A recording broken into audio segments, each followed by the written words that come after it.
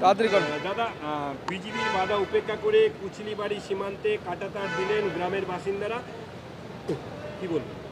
দেখুন, ভারতবাসী চাইলে সব কিছু করতে পারে, বাংলাদেশেরও বোঝা উচিত তাদের ক্ষমতা কতদূর।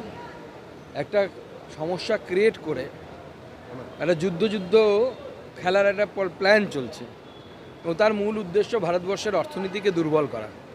সেই ফাঁদে ভারতবর্ষ পা দেবে না। ভারত জানে ভারতের কখন কি করার।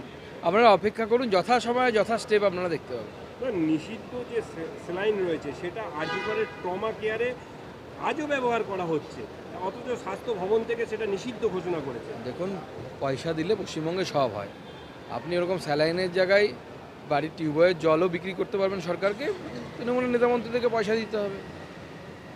ডিজে বাজিয়ে জাতীয় সঙ্গীত তৃণমূল নেতার উদ্যোগে, এটা হচ্ছে আপনার মালদা রতুয়া জেলার তৃণমূল সভাপতি আব্দুল রহিম বক্সি ও তার ছেলে জেলা পরিষদের কর্মাধ্যক্ষ রিজওয়াল করিম বক্সির উদ্যোগে চলছে। দেখুন, জাতীয় সঙ্গীতের প্রতি এদের কোনো সম্মান নেই, ভারত রাষ্ট্রের প্রতি এদের কোনো সম্মান নেই তৃণমূল কংগ্রেসের।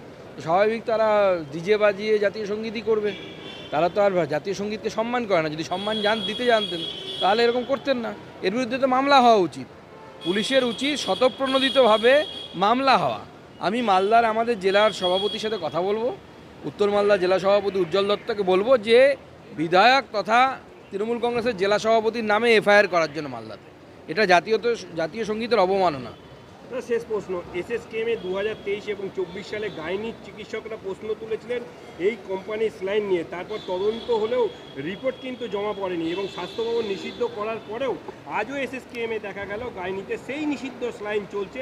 পেছনের কোনো কি বড় মাথা? আমি আগেও বলেছি এবং চক্র চলছে পশ্চিমবঙ্গে, এবং সেই চক্রেরই একটা অংশ আমরা দেখতে পেয়েছিলাম আরজিকর কাণ্ডে। সেটা বাইরে এসেছিল বিভিন্ন রকমের দুর্নীতি, স্বজন পোষণ এবং তার সাথে সাথে পয়সা দিয়ে মানুষের স্বাস্থ্যকে বিক্রি করে দেওয়ার একটা চেষ্টা, পয়সার লোভে। তৃণমূল কংগ্রেস এবং স্বাস্থ্য দপ্তর, মনে রাখবেন, তৃণমূল কংগ্রেসের মাথা যিনি মমতা বন্দ্যোপাধ্যায় স্বয়ং দেখেন সেটা।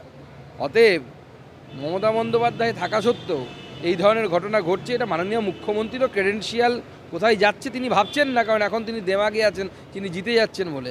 যেদিন পাবলিক ধোলাই দেবে সেদিন বুঝতে পারবে। टीएमसी अपने दो नेता को सस्पेंड किया कल रात।